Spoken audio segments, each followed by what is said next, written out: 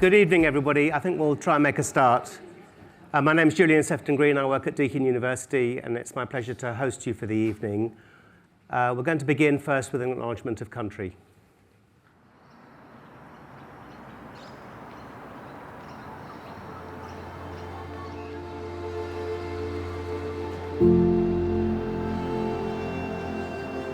Deakin University would like to acknowledge the traditional custodians of all the unceded lands, skies, and waterways on which our students and staff come together.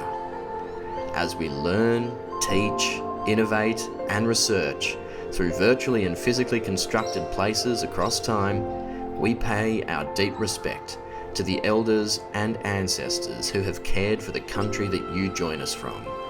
An ancient place where education, innovation, and knowledge transfer have taken place for many thousands of years. At Deakin, we aim to nurture and continue this important legacy whilst encouraging our communities to walk softly on country in the spirit of sustainability. In particular, we give gratitude to the elders and ancestors of Wadawurrung country, Wurundjeri country, and Eastern Maar country and beyond, where our physical campuses are located. Their contributions to our learning communities and environments are rich and highly valued. Deakin is committed to embedding Indigenous knowledges and perspectives in all disciplines that we teach, as well as advancing the self-determined interests of Aboriginal and Torres Strait Islander peoples, including treaty and truth-telling. As you move around our physical and virtual environments, take a moment to consider, appreciate, and listen deeply to the country beneath your feet. Thank you very much. So besides working at Deakin University, I also work for something called the Centre for the Digital Child, which is funded by the Australian Research Council.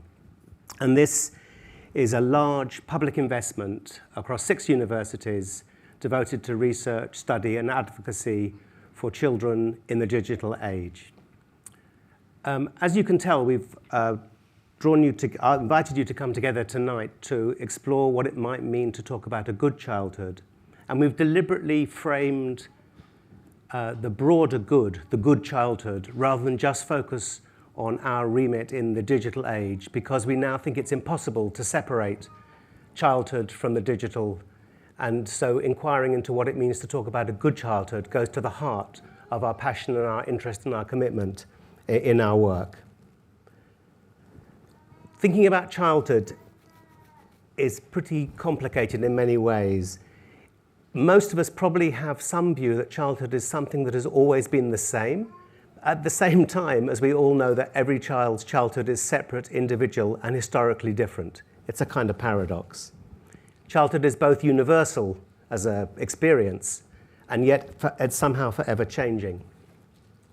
The idea of childhood also goes very deep to our familial, our personal, and our national ideas of what our society considers to be good and valuable and important. A good childhood is pretty much one way that our societies can define its faith and value in the future, because children, obviously, in the Whitney Houston sense, represent a kind of capsule, a time bomb, a time capsule to move forward in time. And therefore, how we think of their childhood is absolutely central to what our vision might be for our futures, both at a personal, familial, and social level. So we know that all societies care about childhood. It's often a special and protected space, and I think we'll discuss some of those ideas later during the evening. But what exactly might make a good childhood? What can we do to ensure better childhoods if we don't think people are having good childhoods? What does a good childhood look like in Australia today, given that children in Australia are growing up in a world that is competitive, full of conflict, competition, anxiety about the future, just as it's full of joy, pleasure, and opportunities for learning. We wanted to draw this event today, we wanted to draw you all together in this event today to explore what we might think a good childhood should look like.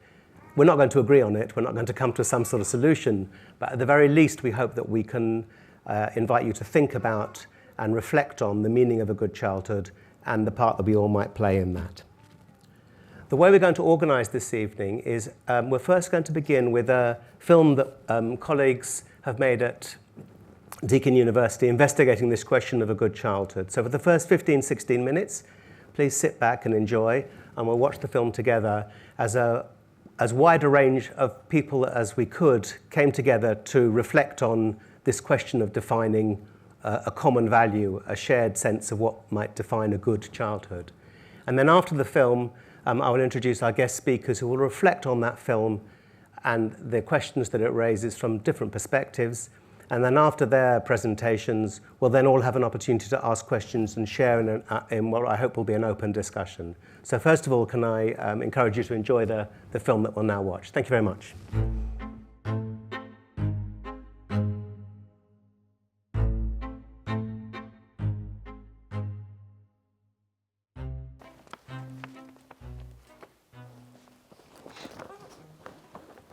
So this is Charlie. How are you?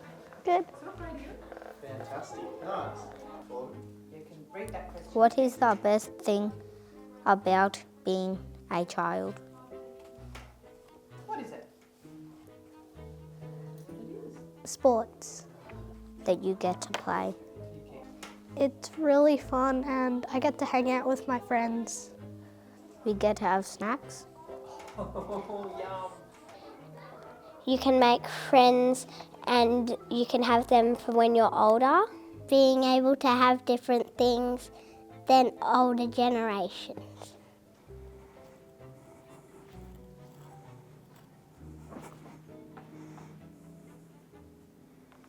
What was your childhood like?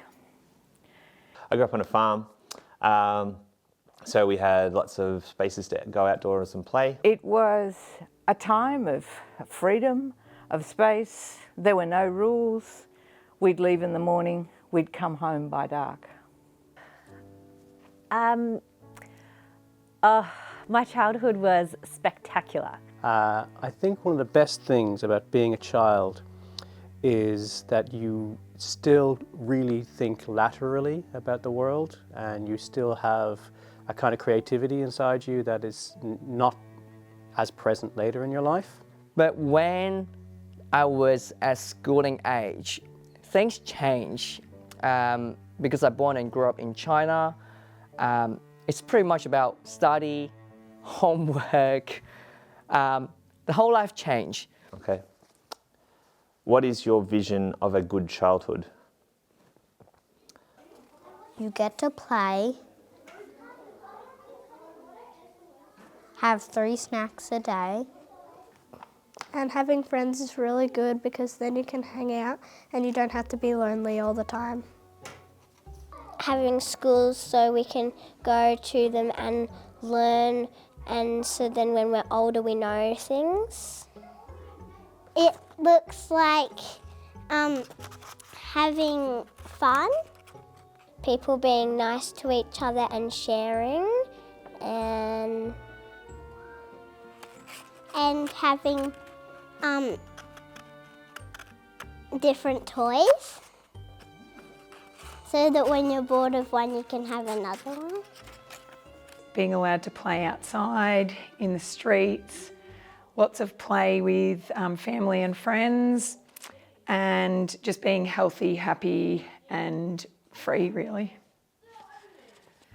Yeah, I really like a good childhood is a mixture of freedom and safety, so that you have all the possibilities and opportunities to explore without really many of the risks. I think that we do really need to consider that childhood is very diverse. One that's filled with unconditional love, one which encourages curiosity, one that is safe, one that encourages a child to express their emotions and feel their emotions, and one that values and respects their voice. I think that they should have access to a nurturing, loving home as well. So I think a good childhood is really a safe childhood, absolutely ensuring that you're protected from harm, that you have shelter, you have food. Having lots of friends and a child free of fear, abandonment and violence. The thing that I notice about a lot of young people I've worked with is, without good literacy skills and the ability to decode the world, you kind of struggle a bit. Like maybe like doing what you want to do and just having fun in life. Yeah, okay. So what do you think a good childhood looks like in Australia? Children in Australia need a community that respects and values them. I think a good childhood in Australia looks... And I also think that despite being called the lucky country, there's too many children in Australia that are missing out. While we don't really have it nailed yet. 那么像安全的这种社区环境啊，优质的学校教育呀，以及丰富的这些社区活动、专业的儿童服务，包括对孩子身心健康的这个重视和关注，这些都是非常好的一些方面。This country is heading in a direction where we value early childhood, and we are trying to do more and more to make the most of those first couple of years, because we know what it means for the rest of a child's life. So I think it's a good place to be a child, and if the things like the early years strategy out of government go well, if they go well, then maybe this could be one of the best places to be a child and to raise a child. I think that Australia provides the ability for children to explore more than anywhere else that I've travelled. With the very diverse community that we are having, our child can learn about different peoples in the world, different culture backgrounds, different languages. And exploring is so important for the way that we develop our intelligence and the way that we develop our sense of self. And also through this diverse community, we can learn how we interact with other peoples, to learn to respect others. I was actually at the beach 2 days ago, and there was 3 little kids. They would have been about, I don't know, 3 or 4. And when I turned to my left, just up the beach, there were their parents, just absolutely watching everything they were doing, both from watching them play and have fun, etc., and also, making sure they're safe. In a sense, I went, that is a really good childhood in Australia. Next one. What does a child need for a good childhood? This is a huge one because I'm a parent of 2 children, and my husband and I think about this all the time, because we want to raise children that have a good childhood, but it's so hard to do, and it's so hard to get it right. Play, snacks, water and a big yard. Some friends and mini worlds to act things out, and puppet shows. And food and water. Children need to have challenges, to be challenged. Opportunity to take risks. They should have no fear of being belittled or criticised. Maybe from a child's perspective, what a child needs to have a really positive childhood is probably good connections. They should have consistency in a positive way from either a parent or caregiver. 最后我觉得一个大环境就是一个社会的一个引导，或者说是一个媒体的引导。这个媒体倡导什么样的价值观，其实是会影响到这个小孩自己的价值观的。They should also have no fear that they're going to be hurt mentally or physically. And we think building the community around our children is the most important thing that we can do for them. An opportunity for a child to explore and to learn. I think it's entirely necessary to think about the baseline and what is the minimal standard that we should hope for all children, to understand how the necessary components should be a goal for us all, for all children, not just some children. What do you think why do you think a good childhood is important? So that we can learn and so that we can grow and have fun. Children need a really good childhood so that they can go through life with good mental health, feeling happy and confident as they move through. Children that are exposed to violence and trauma, their life trajectory changes significantly. They carry that right through to adulthood. It impacts not only themselves in terms of poorer health outcomes, it also impacts those around them, including, taking those experiences into relationships, into family environments, into community as well. It affects the person later down the track as well, in ways of either building trust issues or building trust in other people. It's foundational. If you have in your early childhood those foundational things that help with your brain development, your physical development, your emotional development, your social development, if you have those things in place earlier on, you really are building a scaffold or a foundation for everything later on. Who should decide what counts as a good childhood? The kids. The kids. And why is that?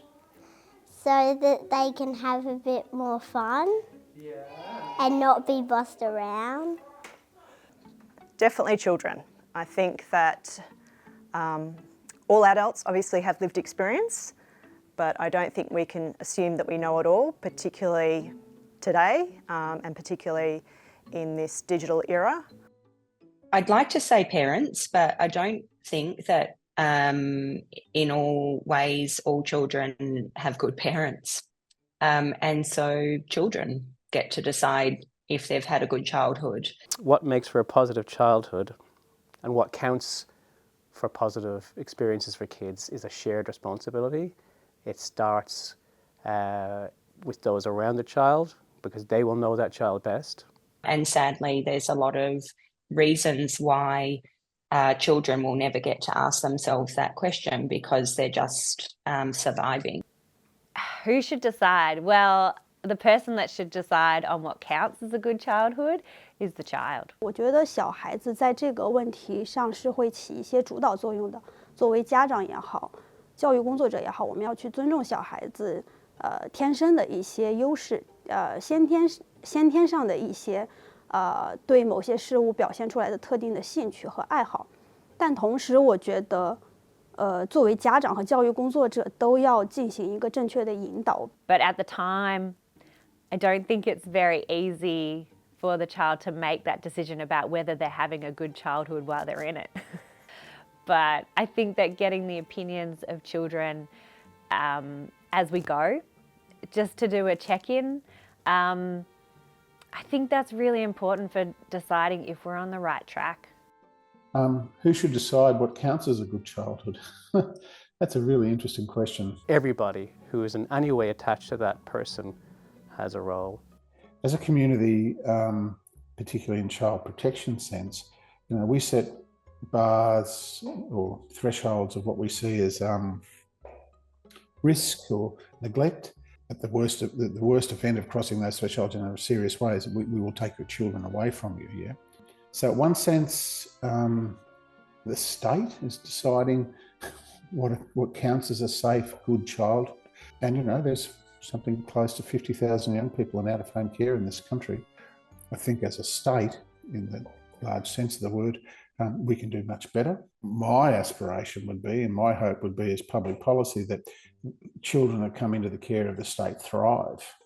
I think you should, or your parents should decide if you had a good one. Hold on, wait till Aubrey. My eye's itchy.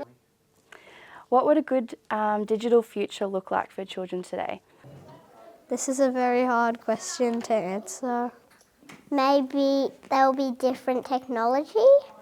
Because you don't know what the future will look like. If everyone has iPads and computers and digital things, then they can learn more. But if they didn't have them, they wouldn't be able to learn.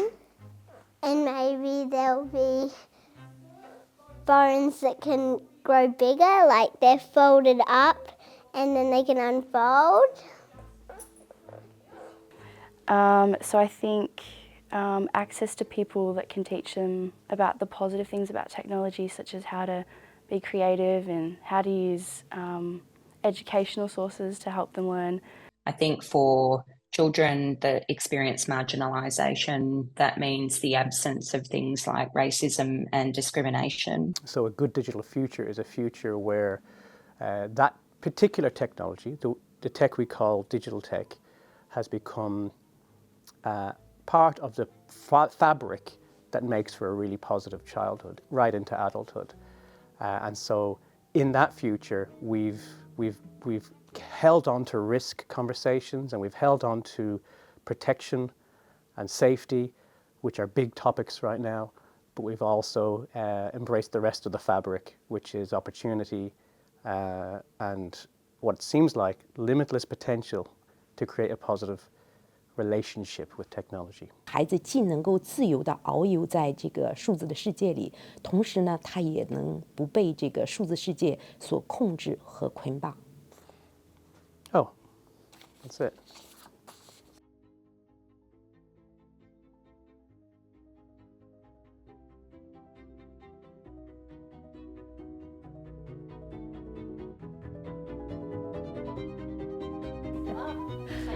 I hope that was okay.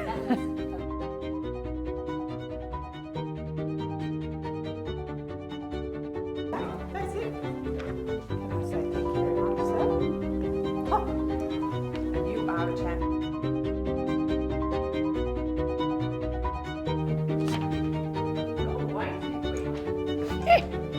Can I have another 20 minutes so I don't have to go back and read reports?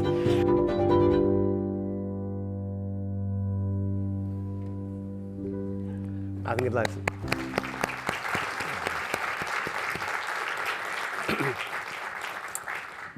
so there are many things to say about the diverse and complicated interpretations that we've just seen there. And we can definitely say that childhood is in some way contested.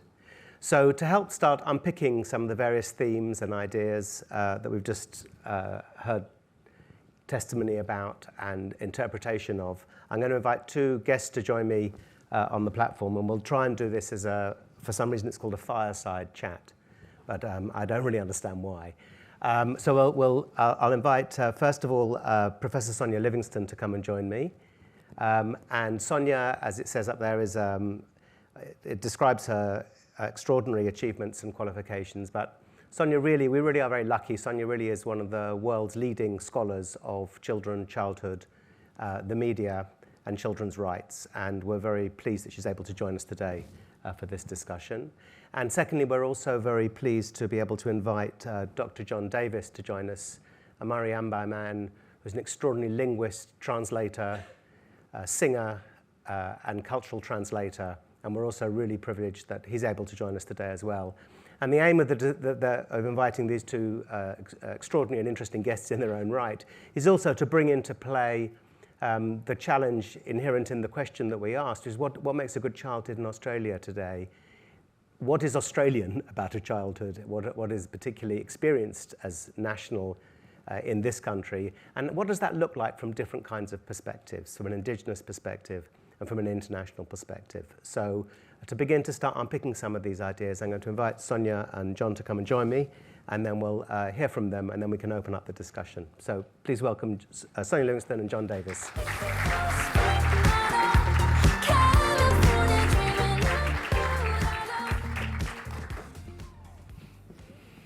Sonia. Yes. My fireside manner. I think that makes them the fire. Okay. Well, you can go and toast your toes then in the first instance. Perhaps you'd like to give some responses and reactions to the film. Sure. I mean, there was a lot in that film and a lot that we could unpack. I do feel kind of weird in commenting on Australian childhood because you can hear from my accent I'm know more about what's happening in Britain in childhood today, where things actually sound kind of worse in a whole number of ways. It was actually quite an encouraging portrait of childhood in Australia already, so I'm curious about whether that stacks up with how people see things here. You mentioned the international perspective, so I might just start with I'm a researcher, so I might just note first something about research. So I run a project called Global Kids Online with UNICEF, and last year the eSafety Commissioner's office here released a report on how children are going online in this country, including Australian and also Aboriginal and Torres Strait Islander children. And in lots of ways, you know, they're thinking about the digital, and I'm here because of the digital child. So I've been thinking especially about digital child. A lot of the findings are actually kind of similar in different parts of the world. I mean, measuring what is good is hard and escapes what survey research can do. But that report threw up some of the things that, you know, it showed how children are finding opportunities for fun, help, play, information, support online in their lives. One might say not enough, but some. It showed how they have a whole series of problems in their lives, which are in many ways exacerbated by technology, and one might say too many. They're not as many as some of the panics sometimes show. What was interesting about the Aboriginal and Torres Strait Islander children is they experience more intensity of both, in a way kind of finding more of the opportunities to be creative, and finding more health information, for example, but also experiencing more of the risks. And that is a finding in a way particular to here, but actually I see in the Global Kids Online project in lots of other parts of the world, those who in some ways are structurally more marginalized or disadvantaged than the majority, kind of need that digital world more, but also struggle more or meet more difficulties within it. So I think there are lots of, a lot of what those kids said, I think kids would say in many parts of the world. They say what I think we kind of all believe about a kind of vision of childhood that is allows children to live a child-led, you know, to determine for themselves. I was thinking as we were debating in our meeting this week about children's agency. In the world of child rights, I'm often get the pushback, but children can't have rights because they don't have agency. And I was thinking of that moment when a child is born, and I don't know if this is a universal, but maybe. When a child is born, it fixes you with its gaze, right? It kind of looks like, I have things to say, I have things to do. What are you going to deliver? But it's also communicative. So what I heard from the film is children want to find their agency, which they may find online, offline, wherever. They want to find their connection and the people that they're going to connect with in ways that they can be part of. We're having some very odd debates about childhood at the moment that kind of loses that sense of what children want, what they've got to say, how they want to be engaged. So one other thing I was thinking in preparing for tonight is I was thinking back to a piece of work I did 25 years ago when I asked children, after school, what's a good day and what's a bad day? And after school, on a good day was I can kind of drop my school bag, I can go out and play, I can go out and see my friends, I'll come home when I'm ready, I'll kind of be in my space of imagination. What is a bad day? It's raining, I'm stuck at home, I've got to watch the telly. And now they don't have to watch the TV because they've got the smartphone, but In many ways, they're spending a lot of time on technology. I think for many kids, that is still not what they really want. The good day is still, I can go out, and we're not designing that world. We're not designing that world where they can, especially in Britain, you'll tell me about here, you'll tell me about here, others. I'm not going to speak for Australia. But that sense that there isn't enough kind of freedom and space for their agency and their fun. So I'm aware that I've arrived here at a moment when there is a kind of another tech panic going on. We're going to ban phones from kids. We're going to ban social media from kids. And I was talking to the e-safety Commission this morning, that we had this kind of discussion, as we often do, about somehow tech starts, first it's the cause of the problems, then it becomes the solution to the problems, and how can we design restrictions, how can we design parental controls, how can we age verify everyone so that we kind of know who's who online, so we get locked in this kind of loop. But when I talk to experts about health or well-being or childhood, they don't start with the tech. They start with all the other things that need fixing that would make a good childhood if we could fix them, like academic pressures, poverty, inequality, family tensions, climate change, worries about the future. Kids are very, what makes a good childhood is there's a lot of things that children are aware of from pretty young age. And so they were a very optimistic bunch, but so I'm more worried for their future, and I think in some ways they are too. What can we say? Consult the kids. They have got a lot of ideas about what should change. They've got a lot of ideas about how adults don't understand what is good for them and what they need. And they'll all have different ideas. And we're a bit stuck in a kind of a vision. So what are good childhoods? Let's pluralize it. Let's listen to a diversity of voices, and let's build something that is that has more pathways, more possibilities. Okay, thank you very much. So I take from this a focus on common features of childhood, as rather than the distinctive in that, the different in that kind of sense. I don't know.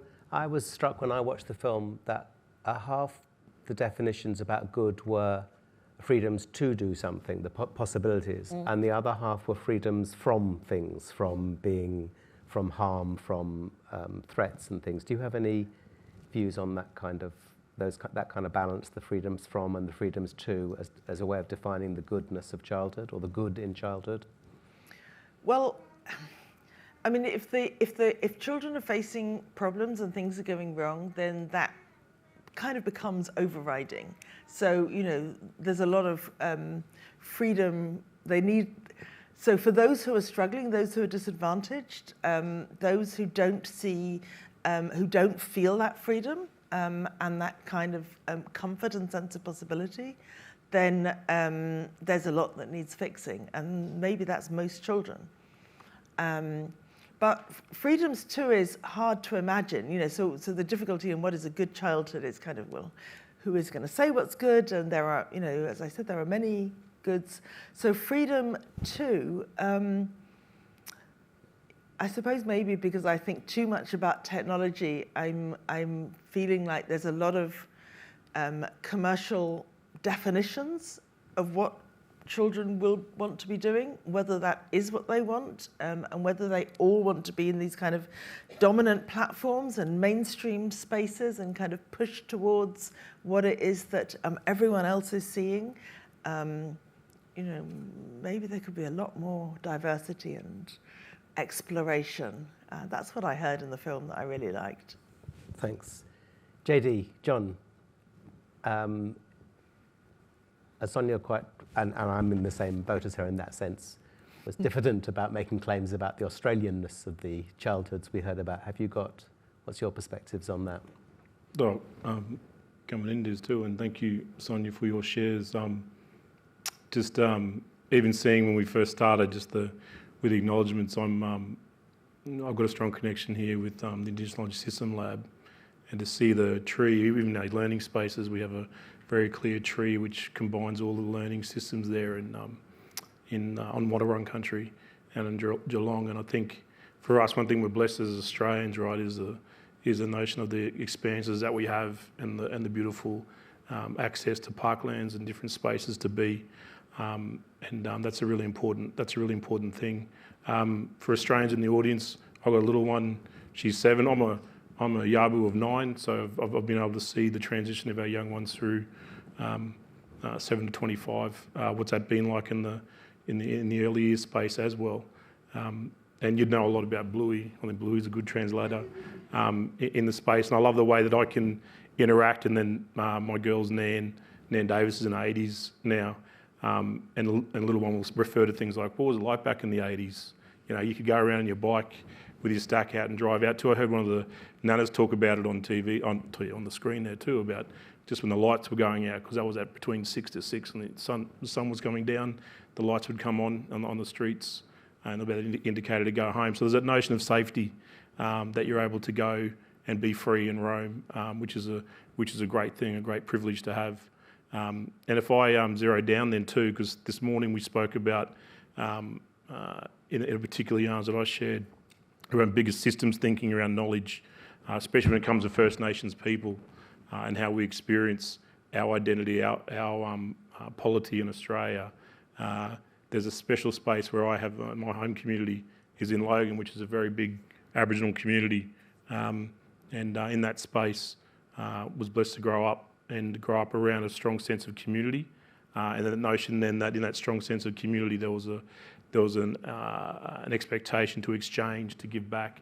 It wasn't just always getting things, and I think that's a challenge that we definitely sung out this morning too, around the challenge with the digital age as well with childhood, is the fact that it's all pervasive, it's all there, and that in relation to when we came through our childhood at Logan, living off country, because our mother had to make the decision as a single parent to move and break from our strong Indigenous route where we were for safety, to take us to go to a more safer place. And if you look up Logan, it's not totally safe. No, it's a beautiful place. It's the best place in the world.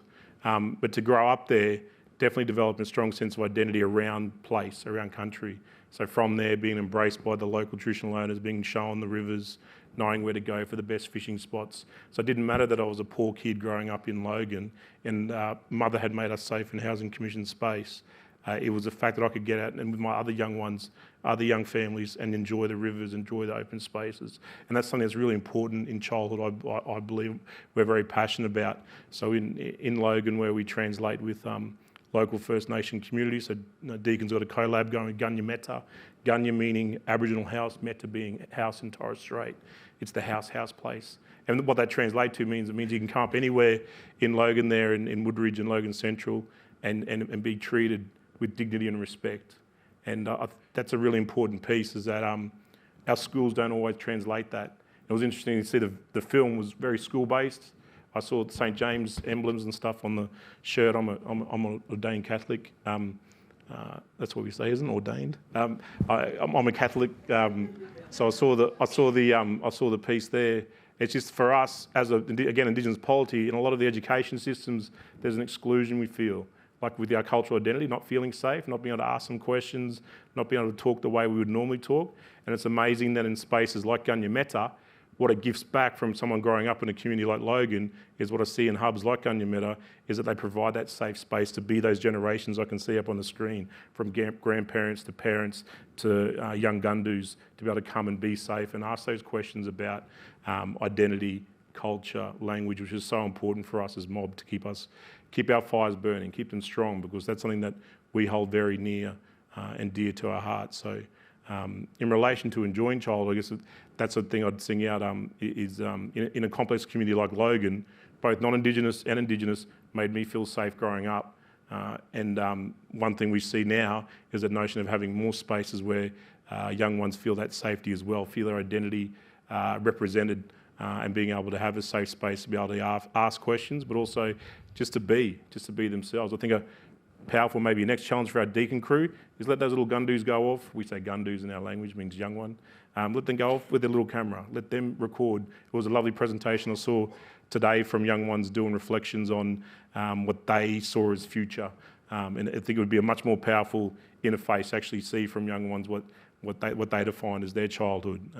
Because the good thing for me now, having a 25-year-old as the oldest and a 7-year-old as youngest, I've now got Bluey to help us in that translation. So she's got an idea that what the 80s was like, and it was a pretty great time. We should all kind of aim for that. In a serious front, definitely the notion of having equal access as spaces, like if you can't enjoy a St. James type education, was quite clear those young ones felt safe there in the vignettes with the families that interacted. Then it's really important that the equity in Australia, we have more safe spaces like Gunya Metas provide for our First Nations communities, because it's a very challenging piece to be and deal with different identity challenges and also access challenges, because not everything's equal in Australia. I will sing out to Telstra. There's an amazing thing in Logan. We can be very urban, and yet we have dead spots, right, with technology. It's quite interesting. My country's 4 hours from that main space at Logan. My country's at a place called Warra, and that's where I expect Telstra to drop out, where it does sometimes. But I guess the flag there is there's challenges for us too in a digital age in Australia about the equity of that, because that makes me think then as a translator now, blessed to go through the doctoral type translation pieces, to think, why is it that communities like a Logan don't flick? I noticed my phone flicked Wi-Fi on straight away when it came to Melbourne, which is great. That doesn't happen in my home community, and I'm thinking, what is that? Why can't our young ones then too feel that same access and equity? And they're just some real things we have as good challenges for us, just to make it fair and equal and open for all. You know. Thanks very much. Thank you both for those opening thoughts.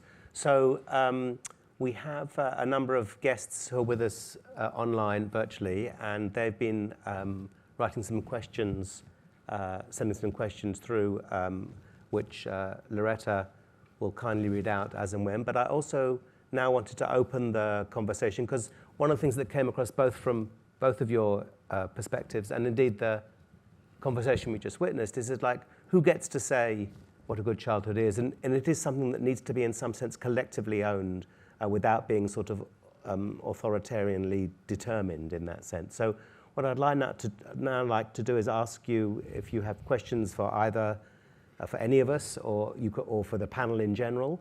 And then at the same time, we have a roving mic to hand, so please just wave your hand if you want to ask a question. And when you do ask a question, please just very briefly say who you are, and perhaps very quickly sort of what your interest is in being here, sort of thing. So we'd like to take questions now and open up the discussion, and at the same time I'll try and keep an eye, although there's a bit of glare in my eyes, on Loretta to take questions coming from online. So who'd like to start with some questions?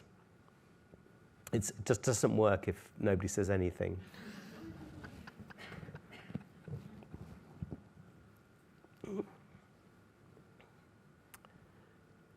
Loretta, have you got any questions? No, nothing for anybody? Okay, that's extraordinary. Rebecca, I can't see, somebody's waving. Perhaps you could say who you are. Sorry, yeah. Hello, Julianne Lynch from Deakin Warrnambool. I guess some thoughts to share just to get the ball moving. Watching the movie, it was interesting to me that when asked who should decide, that people kept saying the kids, the kids, the kids. Thinking about that as a parent, I guess a provocation is, do children know what is best for them? And I guess thinking about that, maybe no, but they do need to have voice. They need to be enabled to shape their environment, to have safe retreat, and also to know when the grown-ups are needed to solve a serious problem. And I've been thinking about this a lot because my own children are growing up and starting to reflect on their own digital childhoods. So I have twins who are 19 and they were given iPads when they were in prep by me. And I've been listening to them say, well, oh, remember you used to try to control what we did, and say it had to be educational. No, you can't do that. Or no, you've had too much screen time. Oh, wasn't it good that you did that? And it's a curious thing to me because I know that they overcame every constraint I tried to put around their practices. And they know that I know, but even at the age of 19, they now think that they know what children should be doing and not doing. So I've got a sort of thinking about generations and how quickly the generations are moving and how quickly I'm becoming very, very old to them. And they think that they are the grown-ups and have views. So I guess there's a provocation there. Do children know what's best? Thank you, Julian. Yes, it is a thorny question about how to talk about and represent and assert the voices of children in this debate. And we also know there are changes in fashion to the ways that children both can assert their voices and can get listened to. I don't know, do either of you want to comment on that tension about who knows best? If I just quicker then back to you, is that's what I was signaling with the Gunyas of the world. We need more alternates than just the binary of parent and Gundu. So if we have more of those very clear alternate cross spaces where, like a Gunya, for example, it becomes another safe space to have those voices to be heard. Yeah. Sure. So it's a hard question. I don't think anyone thinks any one constituency knows best. Children have a view, and they kind of have a view, and they might, and sometimes yes, sometimes they know better than we do because we have our interests and our concerns, and we get tired and cross, and sometimes they're right, but we just didn't get time to think about it. So I think they kind of know what, the way a child rights focus thinks about that is their capacity evolves. And as their capacity evolves, as their kind of sphere of action and experience grows, and they know kind of within that. And I think actually that's true for all of us. So I was thinking about snacks, actually, because we were laughing at snacks. I was thinking, why does this little boy keep going on about snacks? He knows snacks are best, and his parents clearly, or caregivers have decided it's not. I thought he kept raising it because that's the thing he thinks he can't control. In a good world, he would choose when he had his snacks. But I was recently having a debate like this in Britain, and somebody said, Sonia, you're all for children deciding, but if children just decided for themselves, they would eat snacks all day long. And I don't think that's the case, but I think, if you consult children carefully and you kind of discuss, why you might have a view that sometimes it's snacks and sometimes it's vegetables, or sometimes you don't need to eat anymore, consult them, kind of, inform them, give them a set of, help them understand what the issues are, what the consequences. In the digital world, I don't think any of us know best, actually. So we're all kind of outside our sphere of competence. Is it best to be tracked? Is it great that, we're getting a personalized social media feed because everything we do is kind of tracked and monetized? We seem to act like that is best because that's what we do, but it isn't, or is it?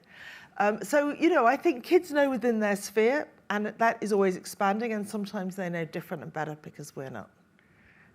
We don't see things through their eyes, and we don't see sometimes maybe they need a rest when they need a rest. Sometimes they need to climb a tree. We never think that's okay anymore. But it used to be for us, right? Maybe it still is for them. Thanks. Any other questions? Alicia. But please say who you are for everybody's sake. Alicia. But I'm a researcher at the Digital Child, is the context. So I think this is it's an observation. I hope this is okay to be a discussion-y type thing. We'll find out. Yep, great. So an observation, and it flows on to the last question discussion about the generational component, and an observation in the film.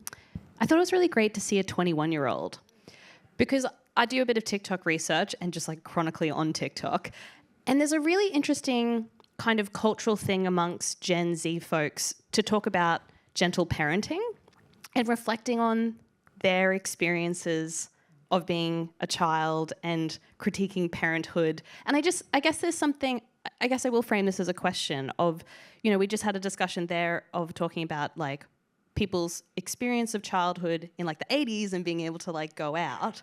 But I'm really curious about, the understandings of like young people who are no longer children, but they also don't have children themselves, and have it being part of this kind of, they've grown up with the digital and they're able to engage in critically interrogating their childhood in this kind of public forum. So I guess, is there any thoughts on that kind of middle space? Thank you very much. Can I add to that my interpretation of your question, which is also about how you interpret Alicia's comment on these different kinds of voices, but also perhaps any thoughts you might have on the role that the authority that is often ceded and expected of parents as being the prime controllers of childhood. I don't know whether you have any. Is that perhaps fair as an extension of that debate? Sonia. I feel like there are a number of things being asked here, and I may not have a handle on them. I'm going to link it to what somebody said at the end of the film. Who should know best or who should decide? And people said the kids, but somebody said everybody.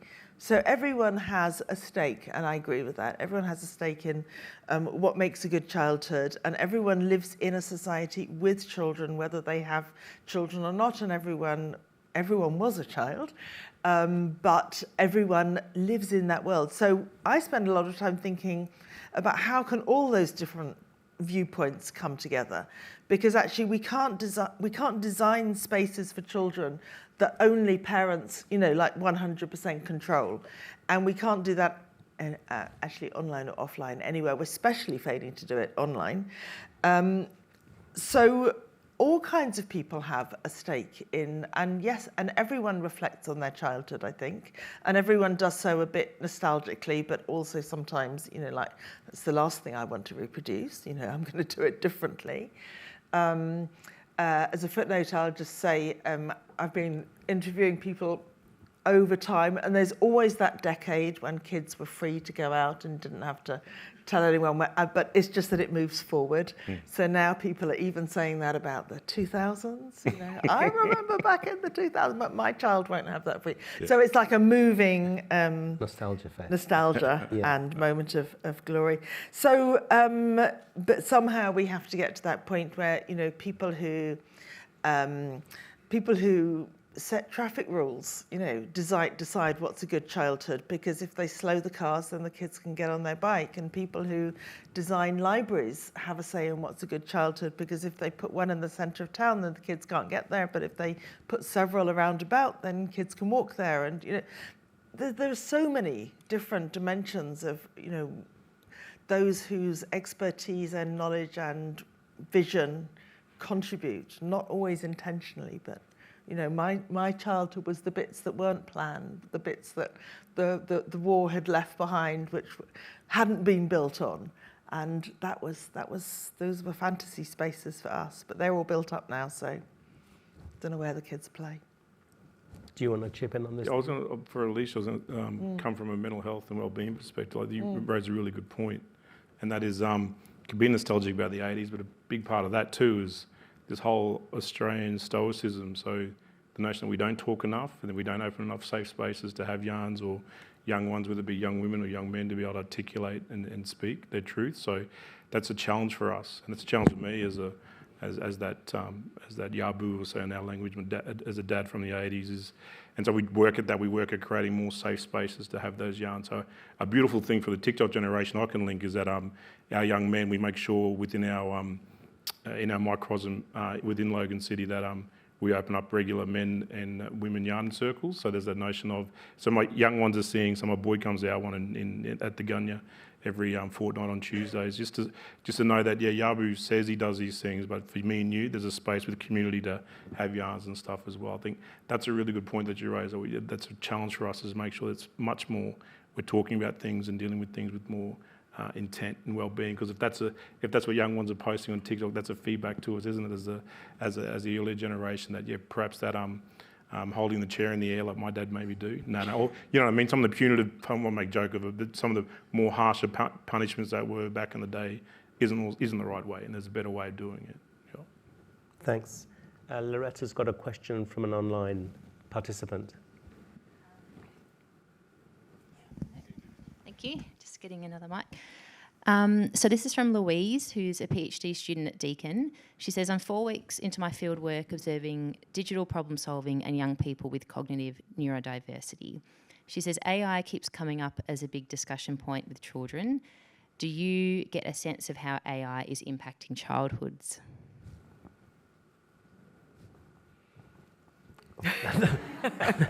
Obviously a very popular question. Does anybody want to have a go at that? I was actually just discussing this with Lucy before, so she might like to... Yes, Lucy, do you want to answer the question? You can just pick on random people in the audience. No. We were having a conversation about how AI has kind of become the new talisman for everything. It's like, you know, it could be creative, it could be brilliant, it could be scary, it could be exploitative. I don't think there's going to be one answer to that question of what AI is doing. And we don't still know because it's evolving fast. Kids are very interested in discussing it and playing with it and trying it out and seeing how it works. And so we could do a lot more of that, and then they will have some reflections for us. But I might say, I really worry that we're not going to be able to answer that question because we don't understand it, and we can't. I don't speak for all of us here. I can't understand it well enough to know how it's being kind of coded in ways that can seem discriminatory, can seem hostile, can seem exploitative, and yet I know it has this kind of fantastic creative potential. If only I could have the transparency to have the confidence in it, which currently I don't. John?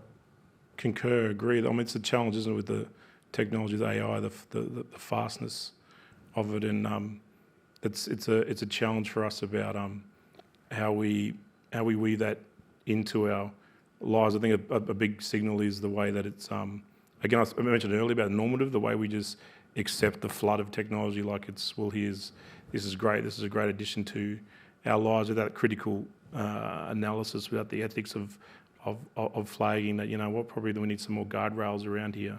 And in saying that, you got young ones, not so much in the childhood. I can speak for my young son, 22, just graduated. He's in a teaching world. He's utilised, the ChatGPTs have revolutionised his lesson plan world. For me, I think I'd be like, you've got to do the hard work. But he showed me there's ways of utilising those technologies, which it's all about balance. Yeah, all about balance. And that'll be the challenge always for us moving forward. Thanks. It may also be that AI is a bit of a catch-all term, just like the whole idea of screen time. So it becomes a sort of cipher for a whole set of different phenomena, which are going to, as you both just said, are going to have very different kinds of effects. So we might want to try to resist, in a way, talking about AI in capital letters, because it's like lots of different AIs, as it were. So who's got another question? Over here. Oh, at the back there first, and then we'll come to you, sir. Yep. Hi, I'm Joey Baker I'm a researcher at RMIT. I just wanted to follow up on something you said, John, reflecting on our childhood experiences, how you have the freedom to go out the door and come back later, but then also the limitations of that with, say, some emotional stoicism that we wouldn't necessarily want to pass on. And I guess my question is, the video asked children what they imagined a good future might look like. I think it'd be really interesting to know what they think of childhood in the past in relation to theirs. Just think that, we see I did have the childhood where you left at breakfast, and if you didn't have school, you just came back to be fed or to go to bed, and no one really knew where you were. To my kids, that sounds terrifying. It's like, what do you mean you just went out but you didn't have a mobile phone? for them that sounds like an absence of safety. So it'd be interesting I'm just interested in this idea of not only how kids think about their current childhood in relation to futures, but also how they might think about their current childhood in relation to the past childhoods that they hear about from parents, guardians, grandparents. It's interesting when you raise all something again and yarn this morning with the Bunyabara talks, and I think back to my Gundu, the youngest is 7, and she's very tech savvy and is in her tech savvy world, and blows her 20-year-old plus older siblings out about what she can do and how she can articulate. She's very staunch then about going those 4 hours to country. She's very staunch about when we go to country, like I said, even Telstra great networks don't go out there and everything drops. And she's, I guess there's a way again about balance, about how we weave those knowledges, those sense of self, those sense of identity. So for her, all I'm speaking is from her as an Indigenous young one, coming through that pattern of First Nations and Indigenous knowledge. For her, it's she can code switch, that digital code. She knows when it's that time. It's not about that connectivity when she's on country. And just so you know too, for us, we do things like code switch around when we're doing our dance. I did some songs this morning, and we'll do that cognitive thing as well, where we take off our watches, Apple Watches, whatever, time switch, digital switch again, and then we're getting into the beats and the harmony of the rhythms that have been since 40,000 campfires here in Australia. So they're important steps just to keep building and breathing on those fires. That's what I'd offer. Thank you. There's a question there. Dave Coghill. I'm a Chair of Developmental Mental Health at the University of Melbourne. And I was interested in seeing a 21-year-old, but I was really interested in the gap between 9 and 21 and the choice that was made not to include any youth or adolescence in the digital childhood.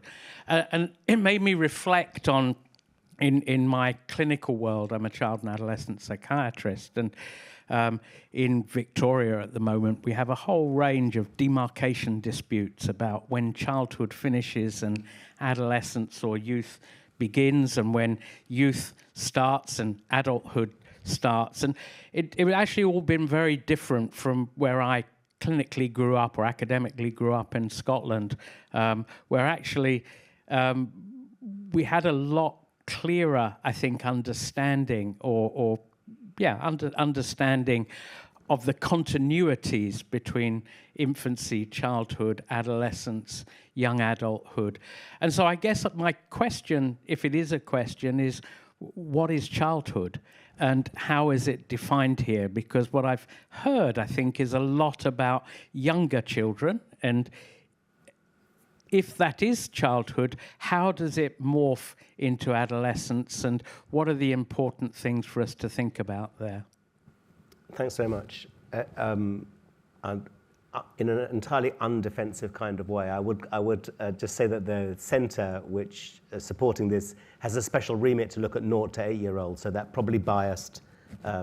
And we'd obviously everybody would have ambitions to make films about everything. So, but I see the heart of the question. So thank you. Do you want to have a go at the answer then, Sonia? I'll make a start, and I'm sure everyone will. There are lots of ways of answering your question, probably the most obvious one is that there is no authoritative definition of when childhood stops and starts, but cultures decide when it might stop or start for a reason. So if I imagine why mental health professionals would be having that discussion, it's probably about where services are funded and which service takes over from which. I mean, I know in Britain right now, we have a mental health funding crisis, but at least there is relatively more provision for children or those who are defined as in, children and adolescents. And at 18, there is, the next crisis, because then you're an adult and the funding is even harder to get hold of. So it's like a funding decision, it's an administrative decision, it's about political priorities. It's probably got very little to do with I think what we were trying to say about childhood, which I think maybe is about the process by, what should we say, the process by which a society or a culture kind of provides people with opportunities while sparing them burdensome responsibilities. I won't say all responsibilities, but burdensome responsibilities until the point at which the society has to impose that on them. And that is very different in different cultures. And we, at the moment, we have this kind of, I was saying in one of the meetings earlier, we have all these different definitions. So I don't know, in Britain you are criminally responsible at 10, and you can, now you can vote in Scotland at 16, and you can get a credit card at 18, and you know, whatever. We have a million ways of saying when can you bear that responsibility, and they may be appropriate, and they may be historic, and they may be completely out of date. So it's not an answer, but it's like pieces of. JD is going to have an answer. Oh. Let's add more to the discussion. I think there's, again, it makes me reflect back on when you mentioned that about the developmental stages, that the struggles and I would say, reflecting as a Yabu again, that young ones from adolescence received more of that checking space when it came from external counselling and be able to access those services. I found that much harder for our Indigenous families to interface with and getting that extra care and support if it's needed, and in relation to the early years specifically, but then definitely going to the primary school for the rest of the primary school time.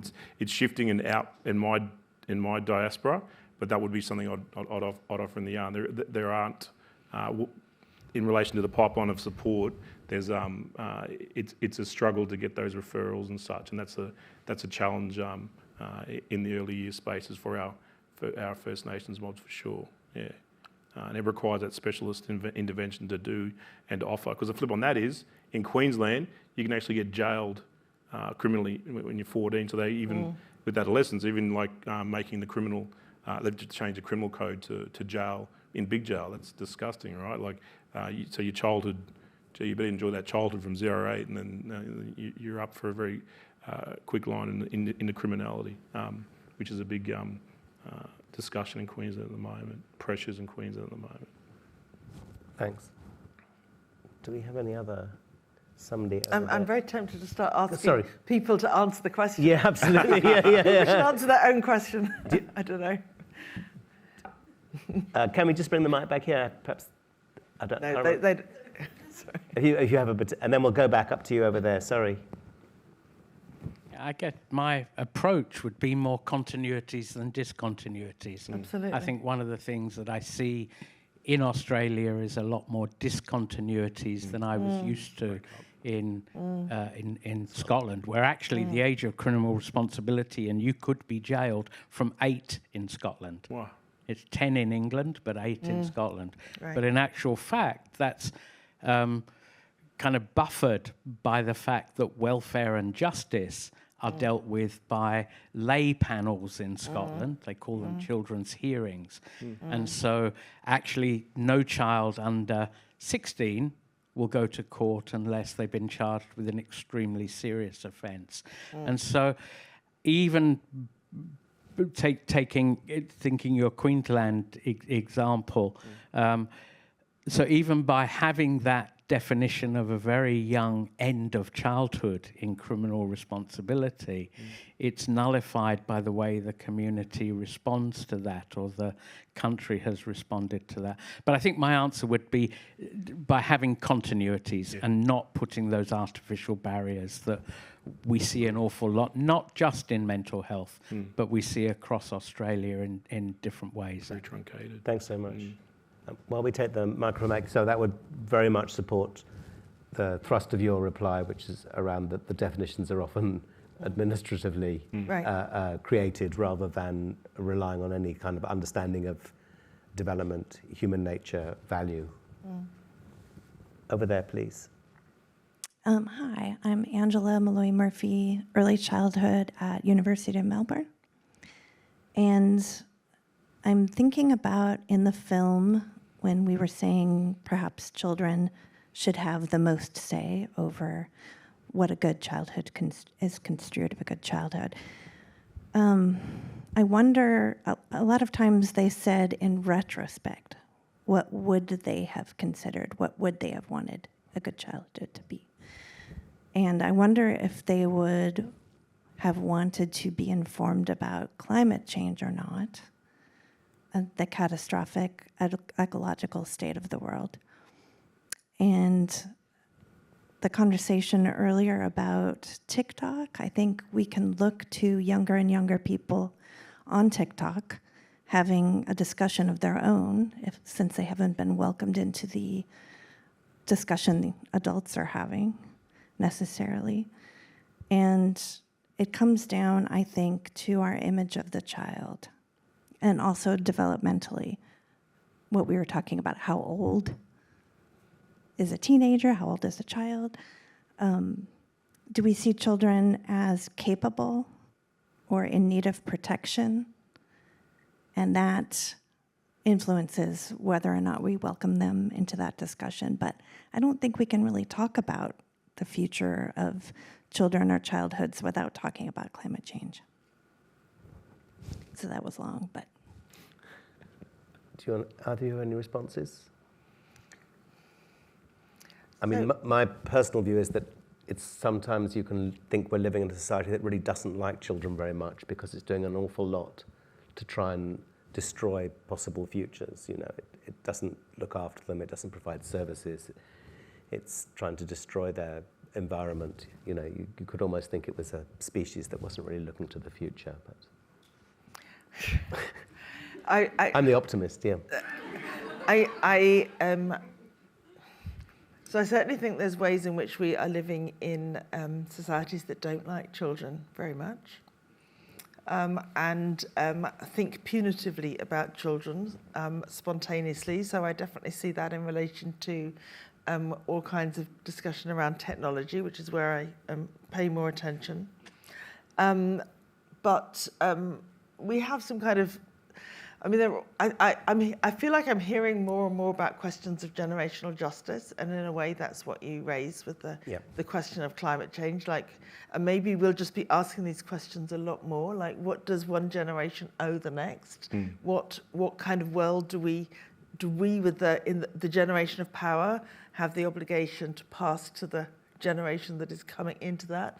There is, you know, children and young people are beginning to fight back and ask hard questions, and maybe that hasn't happened before in quite such, you know, maybe we've educated them to ask some tough questions to which we actually cannot answer.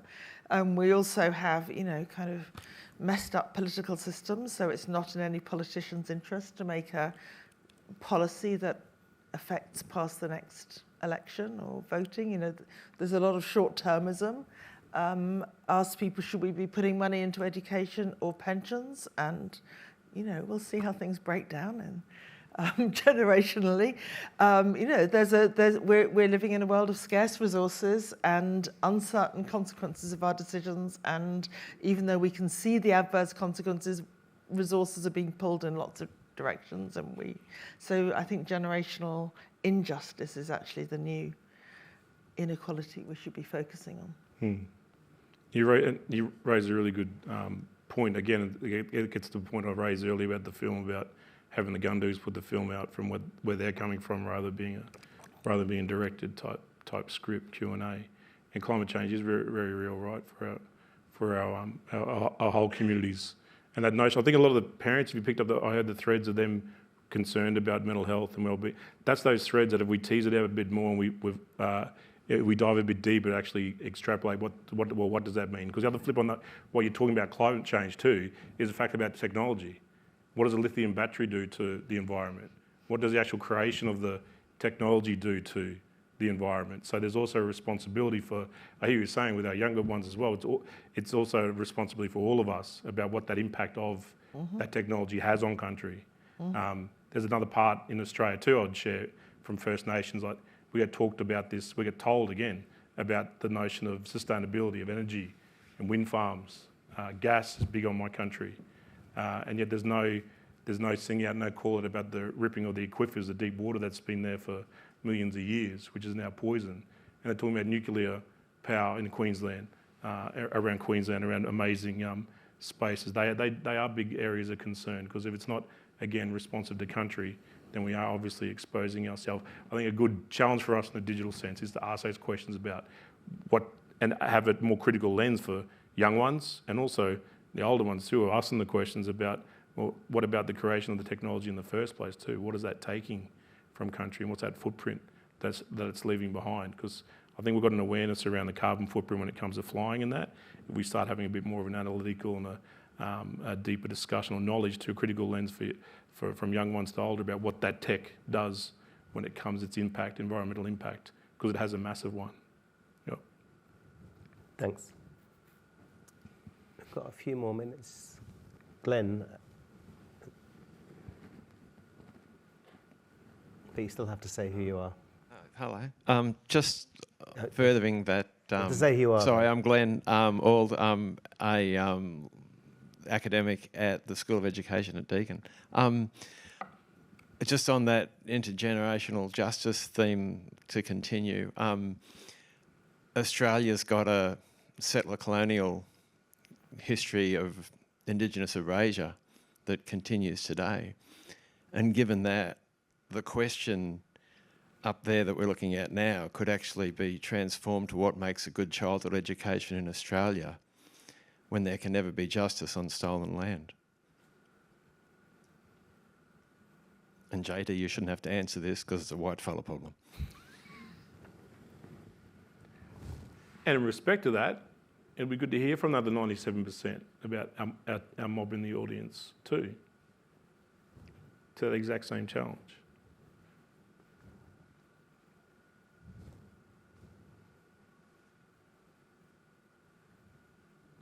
So as the conversation's gone on, we started with a relatively optimistic view of childhood. I mean, I'm just trying to capture where we were very much focusing on snacks, and now we're facing existential injustice, which just goes to show that childhood is the space to have these debates. There's a question over there. Yes, my name is Azin from School of Architecture, PhD student at Deakin. I'm working on a smart home for children, child-friendly smart home. Our houses are designed by adults and with adults in mind, generally. So I wonder, maybe technology actually could give children the agency that they want to control their environment. So do you think there is possibility that we can give children this agency by the help of technology? Thank you. Thank you. Is this a question you can answer? So I might have to ask some questions about what the smart home technology can do, but if I think about what it can do at the moment, and it can decide on the temperature or the lighting or the music or what's in the fridge, I actually am not sure that's where children want to exercise their agency at home. And the home, of course, is a place where multiple people live and live together. So what children usually say about agency is about space to possibility of negotiation and being heard with the people that matter to them. I can think of environments that are designed in ways that are kind of hostile to children. I was actually thinking we should have, those, when people make those films that kind of show the world from a child perspective, and then everyone gets very big, and the chairs and tables are the wrong height. And so I'm just trying to invert my vision of, I don't know, at the moment I'm quite worried about the smart home and the dataification that goes on with that, and the commercial interests that might sit behind it, even though they may not, in the case that you're, because what we see over and again is it's often a bit more technology looking for a purpose than beginning with what it is people said was the challenge that they needed tech to fix, if tech is indeed the fix that they need. So we might need a conversation about what your hope for it is and what, because I'm sure you've consulted children, what it is they said they would like that technology to do. Yeah. Thanks. You're okay on. So I've got a few more minutes, and then you're all invited to join us, courtesy of Telstra Foundation and those obviously extremely cost-effective connections that they're capable of making, for drinks and canapé just outside. I'm sure they won't let you down. But just before we do, I just wondered, it is obviously an impossible problem, a question like what makes a good child in Australia today, and everybody knows that, and you came here you didn't come with the expectation of finding out the answer. I hope that we've helped create some structure, some thought, some discipline, some help in redefining what it might mean to answer that question, and I also hope that we've helped give some sense of what elements might compose sensible parts of answering that question. And just before we close, I'm going to do that terrible thing of asking both of you for any sort of final thoughts.